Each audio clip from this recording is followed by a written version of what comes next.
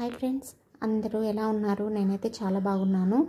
ఈరోజు వీడియో వచ్చేసి అసలు నవరాత్రులు 11 రోజులు ఎందుకు వచ్చాయి, కొత్తగా పెరిగిన అలంకారం ఏమిటి, ఆ అలంకారానికి ఉన్న విశిష్టత ఏమిటి, ఈ విషయాలన్నిటి గురించి తెలుసుకుందాం. మొదటి రోజు సోమవారం అమ్మవారు బాలా త్రిపుర సుందరి దేవిగా మనకు దర్శనం ఇవ్వనున్నారు. ఈరోజు చదువుకోవాల్సిన స్తోత్రాలు వచ్చేసి లలితా త్రిశతి పారాయణం, బాలా త్రిపుర సుందరి అష్టోత్తరం చదువుకోవాలి. చిన్నపిల్లల్ని ఇంటికి పిలిచి పూజించాలి. సెప్టెంబర్ 23 గాయత్రీదేవి అలంకారంగా దర్శనం ఇవ్వనున్నారు అమ్మవారు. ఈరోజు మనం చదువుకోవాల్సిన స్తోత్రాలు వచ్చేసి గాయత్రి మంత్రం, గాయత్రి అష్టోత్తరం చదువుకోవడం ద్వారా సకల శుభాలు చేకూరుతాయి.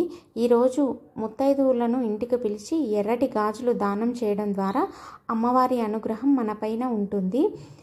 సెప్టెంబర్ 24 బుధవారం అమ్మవారు అన్నపూర్ణాదేవిగా అలంకారంలో మనల్ని దర్శనం ఇవ్వనున్నారు. అన్నపూర్ణ అలంకారం రోజు మనం చదువుకోవాల్సిన స్తోత్రం వచ్చేసి అన్నపూర్ణ స్తోత్రం, ఇంకా అన్నపూర్ణ అష్టోత్తరం. ఈరోజు ఎవరికైనా అన్నదానం చేయడం ద్వారా సకల శుభాలు చేకూరుతాయి. ఇదే కొత్తగా పెరిగిన అలంకారం. 10 సంవత్సరాలకు ఒకసారి ఇలా దేవి నవరాత్రులు 11 రోజులు చేస్తారు. ఈ సంవత్సరం అమ్మవారు కాత్యాయని దేవి అలంకారంలో మనకు దర్శనం ఇవ్వనున్నారు. ఈ అలంకారంలో అమ్మవారు ఒక చేత్తో ఖడ్గం, ఒక చేత్తో త్రిశూలం పట్టుకొని దర్శనమిస్తారు. ఈ అలంకారంలో మనం కాత్యాయని దేవి స్తోత్రం చదువుకోవాలి. శుక్రవారం మహాలక్ష్మి అలంకారంలో అమ్మవారు దర్శనం ఇవ్వనున్నారు. శుక్రవారం వచ్చింది కాబట్టి చాలా విశేషం. ఈరోజు మహాలక్ష్మి అష్టకం 11 సార్లు చదవడం ద్వారా శుభం చేకూరుతుంది. ఇంకా లక్ష్మి స్తోత్రాలు, అష్టోత్తరాలు పఠించాలి.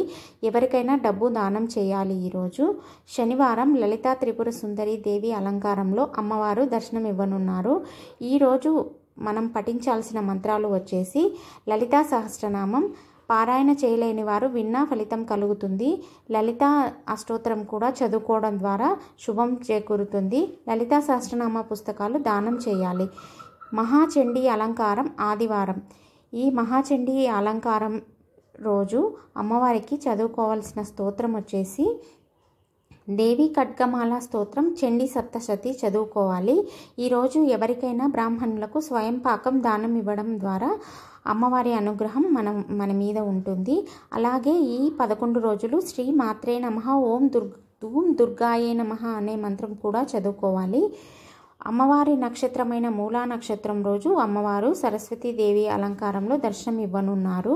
ఈ అలంకారం సోమవారం వచ్చింది.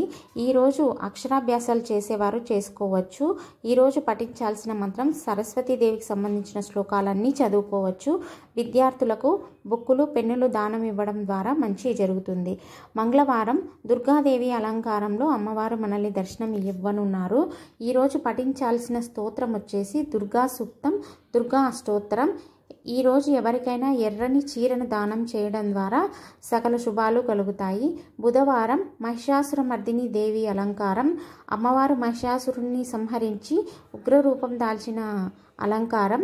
ఈరోజు పఠించాల్సిన స్తోత్రం వచ్చేసి మహిషాసురమర్దిని స్తోత్రం, మహిషాసురమర్దిని అష్టోత్తరం. ఈరోజు ఎవరికైనా స్వయం పాకం దానం ఇవ్వాలి. గురువారం విజయదశమి రోజున అమ్మవారు రాజరాజేశ్వరి అలంకారంలో దర్శనం ఇవ్వనున్నారు. ఈరోజు పఠించాల్సిన స్తోత్రం వచ్చేసి రాజరాజేశ్వరి స్తోత్రం, అష్టోత్తరం. ఈరోజు విశేషంగా శమీ పూజ చేయడం ద్వారా సకల శుభాలు చేకూరుతాయి. ఈ దసరా నవరాత్రులలో అందరూ తమ శక్తి మేరకు పూజించాలని